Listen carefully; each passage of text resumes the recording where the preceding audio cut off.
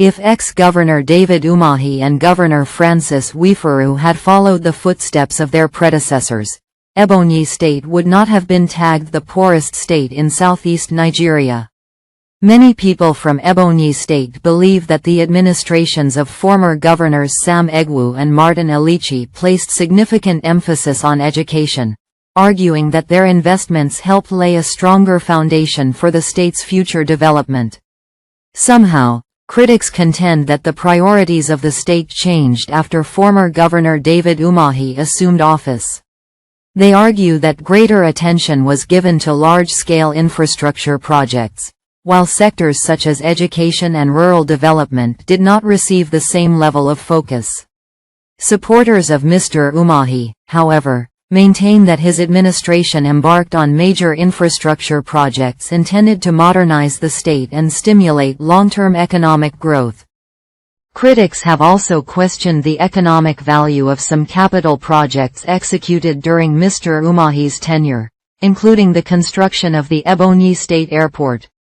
They argue that greater investment should have been directed towards improving schools, healthcare, rural roads and other essential services capable of directly improving the lives of ordinary citizens. These are matters of political opinion and remain subjects of public debate. Some Nigerians have also criticized the continued operation of the Ebonyi State Liaison Office in Abuja, arguing that maintaining the office places an unnecessary financial burden on the state. Others, however, believe liaison offices play legitimate administrative and governmental roles. Critics further allege that some schools lacked adequate learning facilities and that many rural communities continued to experience poor road infrastructure during Mr. Umahi's administration. They argue that stronger investment in education and human capital would have produced greater long-term benefits for the state. Some commentators have also pointed to reports indicating that Ebonyi ranks among the poorest states in Nigeria on certain development indicators.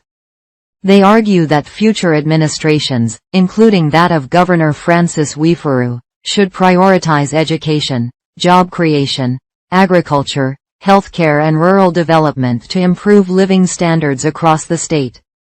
Many Nigerians also believe that all present and former public office holders should remain accountable for how public funds are managed.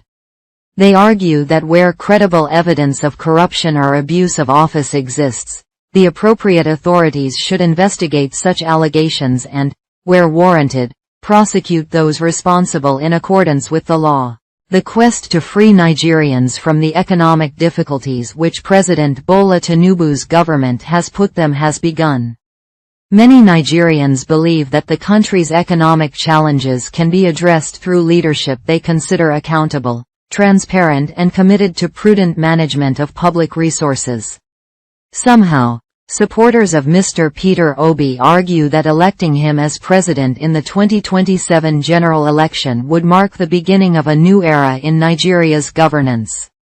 They believe his administration would strengthen the rule of law, appoint qualified individuals to key public offices and implement policies aimed at creating employment opportunities for millions of Nigerians. Supporters also argue that a government led by Mr. Peter Obi would place greater emphasis on accountability, insisting that public officials found guilty of corruption after due process should be prosecuted in accordance with the law. They believe this would help restore public confidence in government and improve the management of national resources. Some critics have alleged that political opponents are attempting to discredit Mr. Peter Obi through various claims, including allegations that he does not support people from northern Nigeria.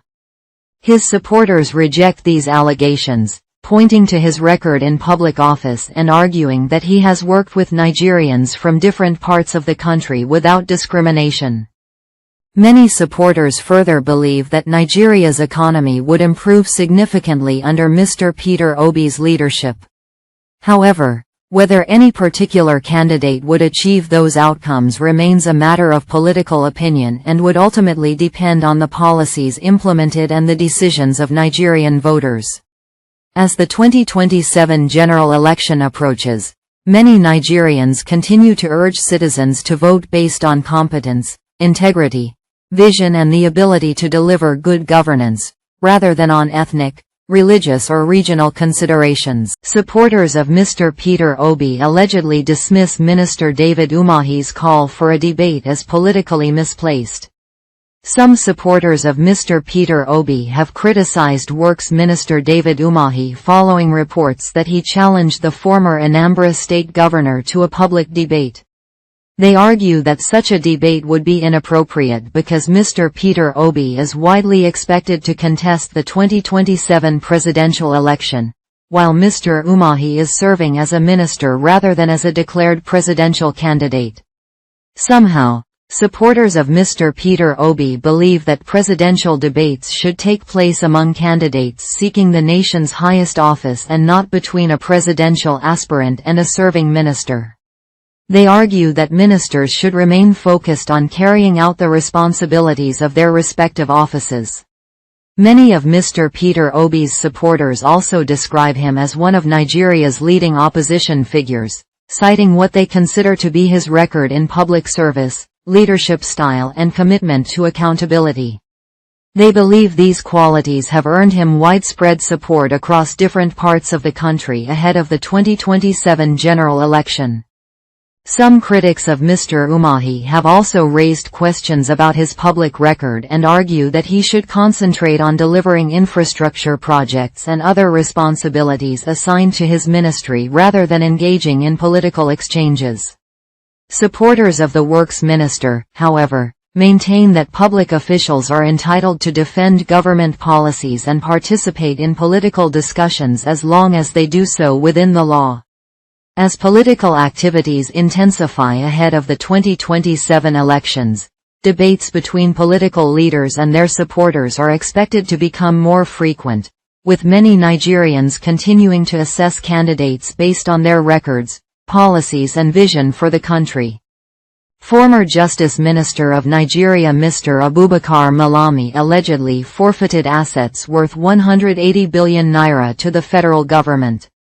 Reports concerning the alleged forfeiture of assets linked to former Attorney General and Minister of Justice, Abubakar Malami, have continued to generate widespread public debate, with many Nigerians describing corruption as one of the greatest obstacles to the country's development.